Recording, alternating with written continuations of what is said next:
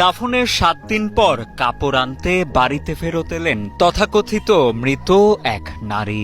সেই নারীকে দেখে এলাকা জুড়ে রীতিমতো তৈরি হয় ভীতিকর এক পরিবেশ। সম্প্রতি কুমিল্লার ১৪গ্রাম উপজেলার গুণবতী ইউনিয়নের রাজবল্লভপুর গ্রামে ঘটে এমনই লোমহর্ষক একটি ঘটনা। এমন ঘটনার পর এলাকার অনেকের প্রশ্ন, দাফন করা নারীটি তাহলে কে?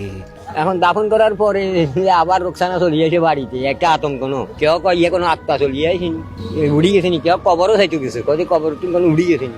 জানা যায় বাড়ি ফেরত সেই নারী রাজবল্লভপুর গ্রামের মৃত তাজুল ইসলামের কন্যা রোকসানা আক্তার।